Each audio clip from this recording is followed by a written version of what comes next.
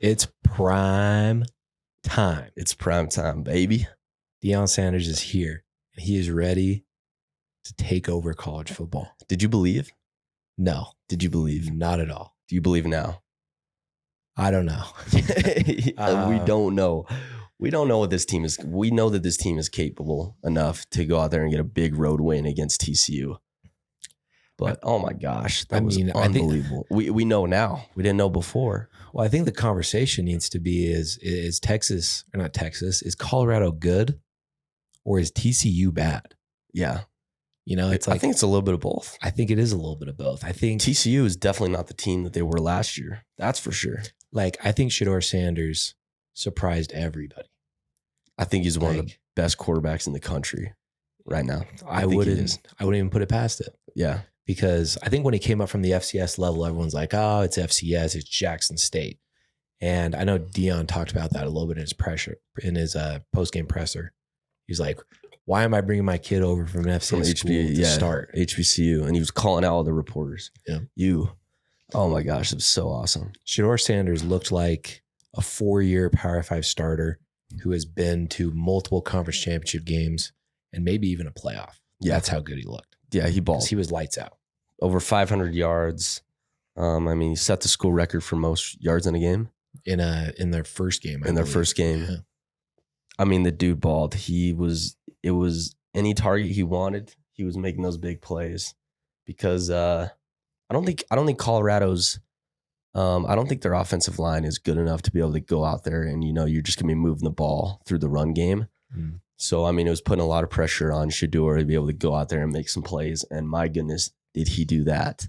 He was throwing the ball exactly where he needed to.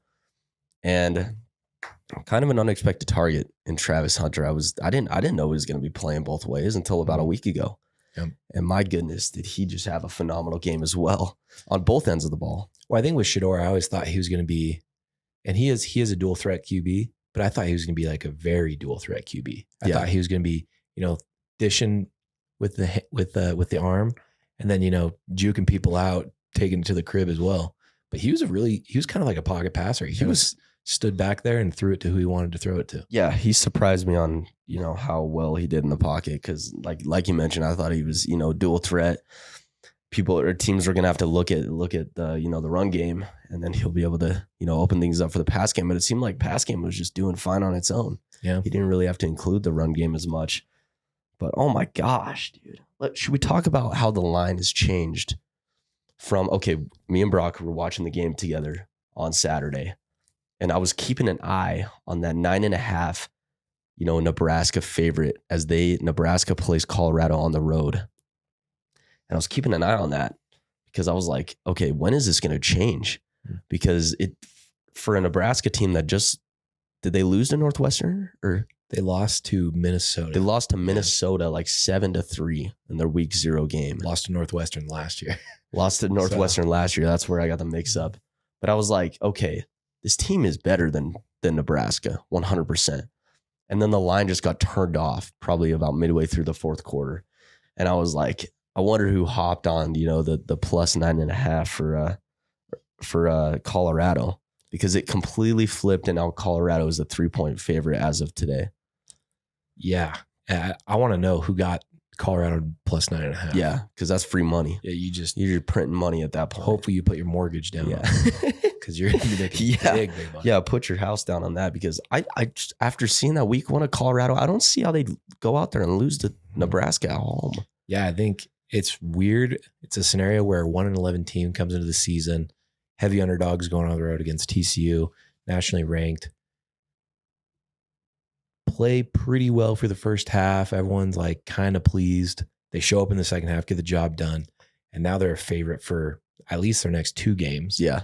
And then you even look at some of those Pac-12 games down the line too, and they're all their favorites in those games as well. Yeah. So it just completely flipped because no one had any idea, what this team was capable of doing. I mean, they brought in 70 plus transfers. Yep.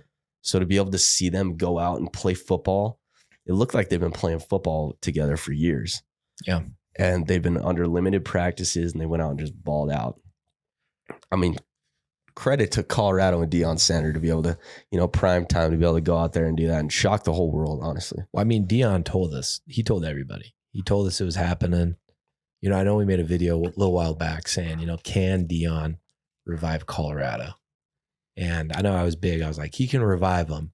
It's just going to take I don't know if it's going to be this year, though. Yeah, we thought it might take 2-3 years to be able to, He might do it this year, It's I'm not saying Colorado's going 12-0, winning the national championship, but I think they're going to give a lot of teams a lot of problems. That defense is a little concerning. Yeah. 42 is, you don't want to be good at 42. Especially for a TCU team where the quarterback didn't look too great, in my opinion. Yeah, threw a couple bad picks. And, big shoes to fill in Max Duggan, but I didn't think TCU quarterback was as good as any. You can't be allowing 45, 50 points to teams like that. You're going to lose football games in the Pac-12 doing that. Yeah. So, I don't know. I think everybody's takes after Colorado has been a little unreasonable. Yeah. I still think they're going to probably be maybe like a 6-6 team. Yeah. Because I want, they got a tough schedule. They got to play USC. They got to play Oregon. They got to play Utah.